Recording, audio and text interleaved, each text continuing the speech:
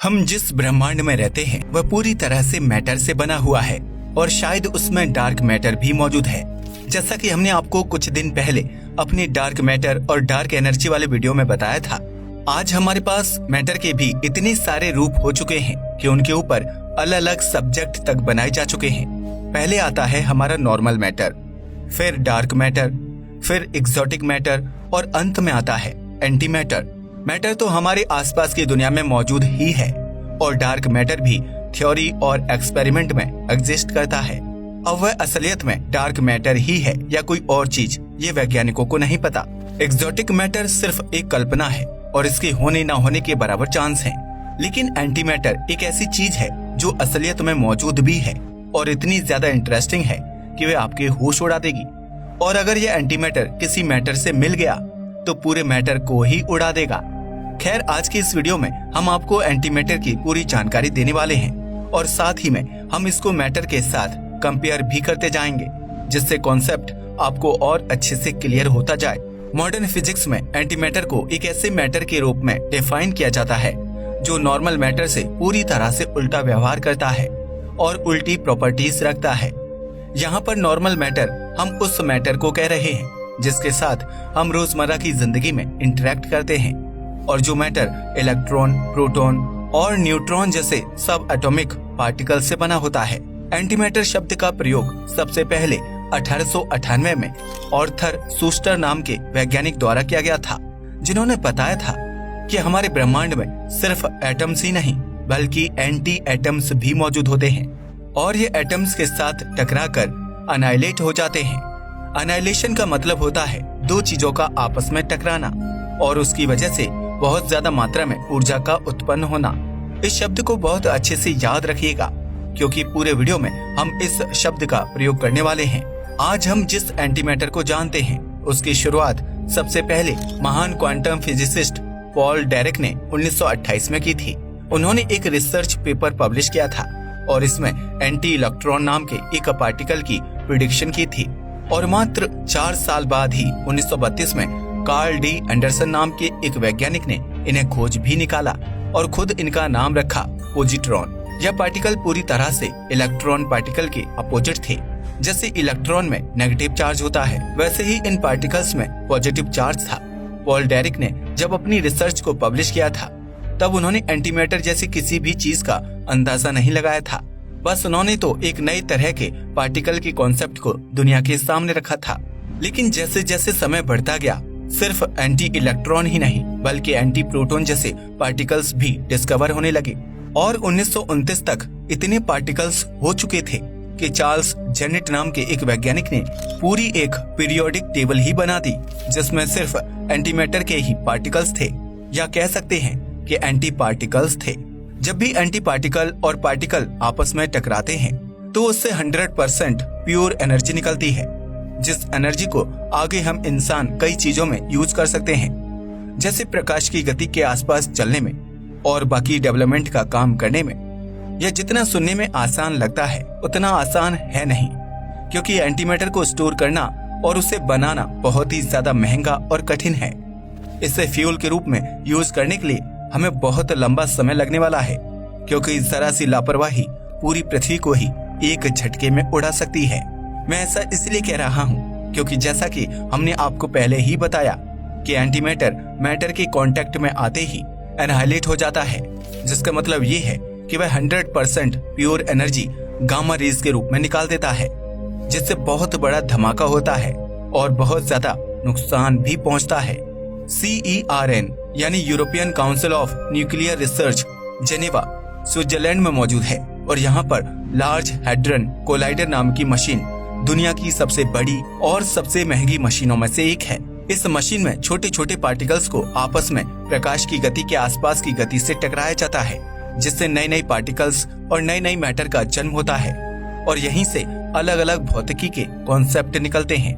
दरअसल यह एक रिंग है जो 27 किलोमीटर के एरिया में फैली हुई है और इसमें सुपर कंडक्टर चुंबक लगे हुए हैं जो पार्टिकल्स को बहुत तेजी से स्पीड देते हैं, जिससे पार्टिकल्स का मोमेंटम बढ़ जाता है और वह जब टकराते हैं तो कुछ अनोखा होता है, जिससे रिसर्च करने वाले वैज्ञानिकों को नई नई चीजों के बारे में पता चलता है।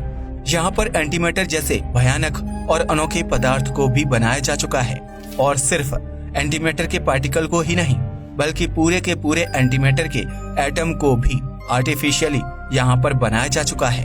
हम आपको बता दें कि एंटीमैटर कोई आम चीज नहीं है, यह लिटरली दुनिया की सबसे ज्यादा महंगी चीज है, जिसके सिर्फ और सिर्फ 1 ग्राम की कीमत 62.5 ट्रिलियन डॉलर है, जिसे अगर भारतीय रुपए में कन्वर्ट करते हैं तो कुछ 4 पदम 55 नील 92 खरब 18 अरब 75 करोड़ रुपए बनेंगे, जो पूरी दुनिया की जीडीपी को मिलाने के बाद भी हमें नहीं मिलेगा। यह इतना ज्यादा महंगा इसलिए है क्योंकि पहली बात तो ये बहुत ज्यादा रेयर है और इसे बनाना इतना ज्यादा कठिन है कि आप सोच भी नहीं सकते, और अंत में इसे स्टोर करना बहुत ज्यादा मुश्किल है। इतना कि वैज्ञानिकों को इसे स्टोर करने के लिए भी एक बहुत ही ज्यादा एडवांस्ड मशीन बनानी पड़ी थी, जिसमें एंटीमैटर किसी भी चीज को टच नहीं करता। एंटीमैटर की स्टोरेज में दिक्कत इसलिए आती है क्योंकि जैसा कि हम आपको बता चुके हैं कि यह जैसे ही मैटर को छुएगा तुरंत ही बहुत बड़ा धमाका करेगा, इसलिए इसे किसी भी चीज के अंदर स्टोर नहीं किया जा सकता, और अगर करेंगे भी तो इसे ऐसी जगह रखना होगा जहाँ पर जरा सा भी मैटर मौजूद ना हो।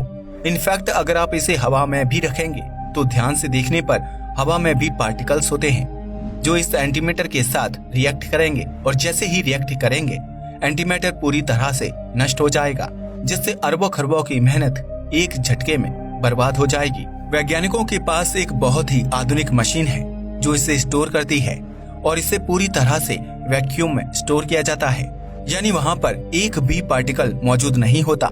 जब एंटी प्रोटॉन और एंटी इलेक्ट्रॉन आपस में मिलते हैं तो वह एक एंटी एटम का निर्माण करते हैं, और ऐसा ही एक एंटी हीलियम एटम वैज्ञानिकों द्वारा बनाया जा चुका है।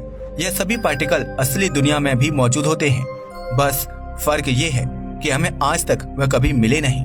ऐसा माना जाता है कि हमारे ब्रह्मांड में मात्र मैटर ही बहुत बड़ी मात्रा में मौजूद है, और शायद ही एंटीमैटर किसी ऐसी जगह पर मौजूद होगा जहाँ पर ज्यादा मात्रा में मैटर हो। कई वैज्ञानिक तो ये भी मानते हैं कि हो सकता है कि हमारे ब्रह्मांड का एक समानांतर ब्रह्मांड हो जिसमें सिर्फ एंटीमैटर ही हो, और एंटीमैटर बिल्कुल उसी तरह हो जिस तरह हमारे पास मैटर है। वहाँ पर एंटीमैटर से बने हुए तारे, एंटीमैटर से बनी हुई गैलेक्सीज और एंटीमैटर से ही बनी हुई हर चीज होगी। यह बात ध्यान रखना जरूरी है कि एंटीमैटर काले रंग का नहीं होता, क्योंकि हर जगह उसे काले रंग का ही दिखाया जाता है ताकि उसे एक खतरनाक चीज के रूप में दिखाया जा सके। वह होता हमारे मैटर के जैसा ही है, बस फर्क होता है उसकी प्रॉपर्टीज और चार्ज में। एंटीमैटर की दुनिया के लिए हमारा मैटर एक एंटीमैटर होगा, क्योंकि हम उनके मैटर के पूरे तरीके से अपोजिट हैं। वैज्ञानिक तो ऐसा भी मानते हैं कि एंटीमैटर वाले पैरेलल यूनिवर्स यानी समानांतर ब्रह्मांड में ऐसे लोग भी हो सकते हैं जो एंटीमैटर से बने हों। वैज्ञानिक एंटीमैटर को ज्यादा से ज्यादा मात्रा में प्रोड्यूस करने की कोशिश कर रहे हैं, क्योंकि उनका मानना है कि यह एक ऐसी ऊर्जा का स्रोत बन सकता है जो इतनी ज्यादा पावरफुल होगी कि हमारी रोजाना जरूरत की ऊर्जा को एक छोटे से हिस्से में ही पूरा कर देगी, और बाकी का सारा हिस्सा हम नए नए इंजीनियरिंग प्रोजेक्ट्स में लगा पाएंगे। वैज्ञानिकों का कहना है कि अगर हम एंटीमैटर को अच्छे से संभालना सीख गए और उसे एक अच्छे फ्यूल की तरह यूज करना सीख गए तो इससे हम दूसरे ग्रहों पर भी जा सकते हैं, और इतनी तेजी से जितना हम किसी भी आम फ्यूल से नहीं कर सकते।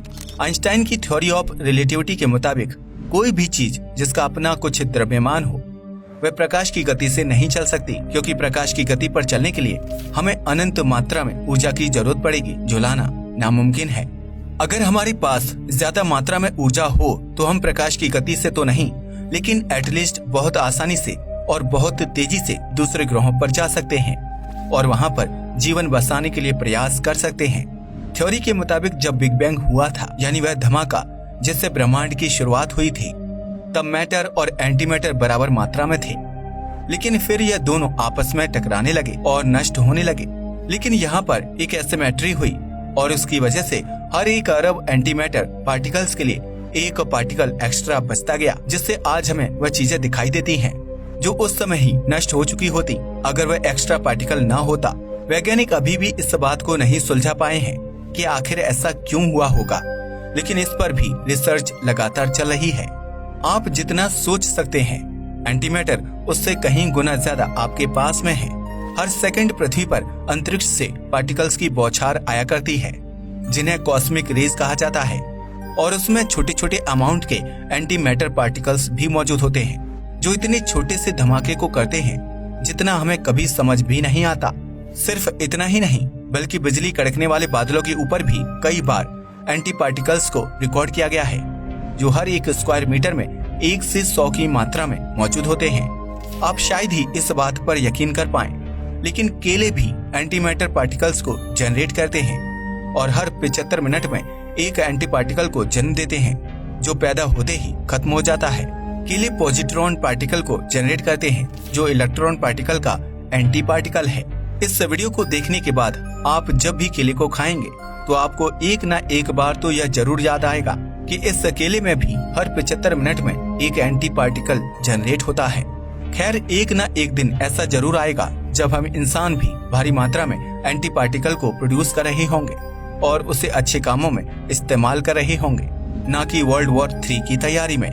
दोस्तों, क्या आपको लगता है कि हमारे ब्रह्मांड के समानांतर ही एक दूसरा ब्रह्मांड मौजूद है और जो कि एंटी मैटर से बना हो? आपकी इस बारे में क्या राय है? हमें कमेंट करके जरूर बताइएगा। आज के लिए बस इतना ही। वीडियो पसंद आया हो तो इसे लाइक और शेयर करें, साथ ही चैनल को भी सब्सक्राइब करें। जय हिंद दोस्तों।